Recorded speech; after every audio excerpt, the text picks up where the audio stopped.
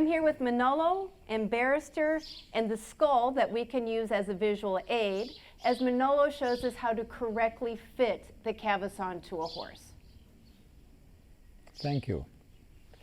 Okay. You know this Spanish Cavesson. This is my own design. This Cavesson not have any teeth. This is a special steel I make it and took all the teeth and I put nice filter with very comfortable Cavesson. And this one here is for warm blood, and this one is bigger and another is smaller. Okay, let's go to feed this Cavesson to Barrister.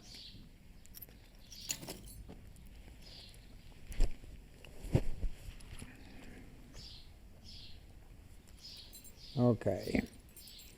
Okay, very important, the Cavesson had to be fit nice, not too loose, not too tight. He had to be just very comfortable in the horse head. I reckon it's 4 fingers from the nose, okay? Because you put it on too high, you put it on in the bone. You put it on too low, you put it on outside the bone and the cartilage. Sometimes here it's very dangerous. Okay, this is good. Now, very important, this leather has to be opposite the eye, and when I put this leather behind, he will be a little encircled through the thighs.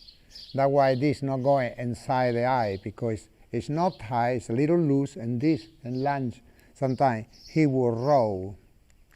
Okay, this is very beautiful fit for this horse now.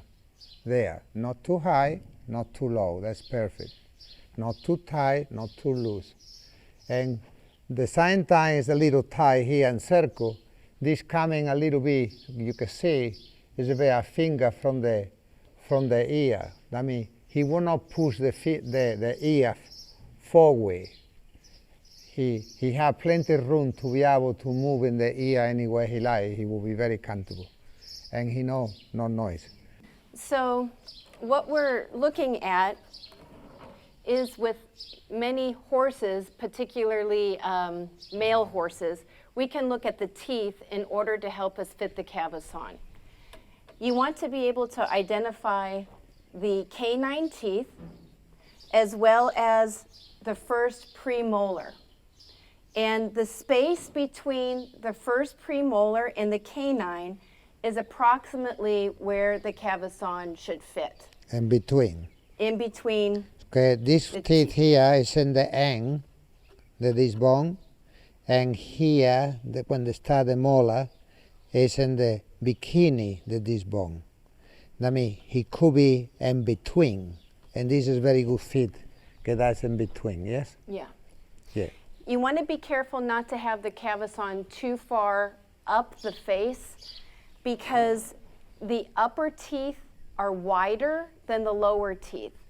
And if you make the strap too tight, it's very uncomfortable for the horse, because the soft tissue can get trapped underneath the premolars and pinch the inside of the cheek. You know what it feels like when you bite the inside of your cheek. That can be very uncomfortable for the horse. So if you identify the nasal notch, that's almost always in alignment with the first premolar. When you get to the canine tooth on a gelding or a stallion, that's going to almost be in alignment with the nasal nose, the nasal bone, and you don't want to drop any lower, because then that turns into cartilage and it's very, very fragile. So again, you want to find kind of an in-between place here. Manolo, is there a way to fit it for mares differently than male horses? No, very similar. It's very similar for the mares. So if you don't have canine teeth in a mare, what you can then do is identify the nasal notch by feeling your horse's nostril. It will feel soft, soft, soft, soft, and then you'll feel all the bone. Then just drop the Cavesson down just a titch. That way it's not riding on the entire bone and interfering with the premolars, nor is it sitting too low on the cartilage that is very fragile.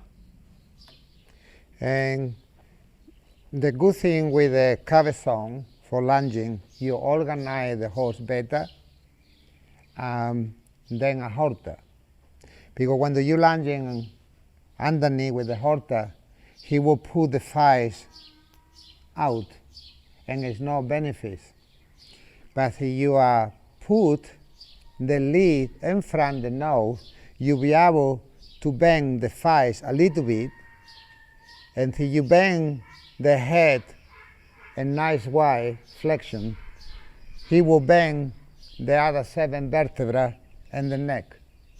And the other 7 vertebrae and the neck, he'll be able to bend the rib and the lumbar and carry on. Yeah. Okay, horses from here to the back is a more than 50 joint. Count the tail, cranial, lumbar, back, head, neck, everything. But how nice it will be if you have even bend in the body and the circle. The horse will be so comfortable. I mean, that is why the Cavesson is important to put it on properly and to handle properly and lunging properly. Right? So when you work the horse from the bridge of the nose in a Cavesson, what Manolo just explained is that it helps horses find a lateral flexion at the AO joint.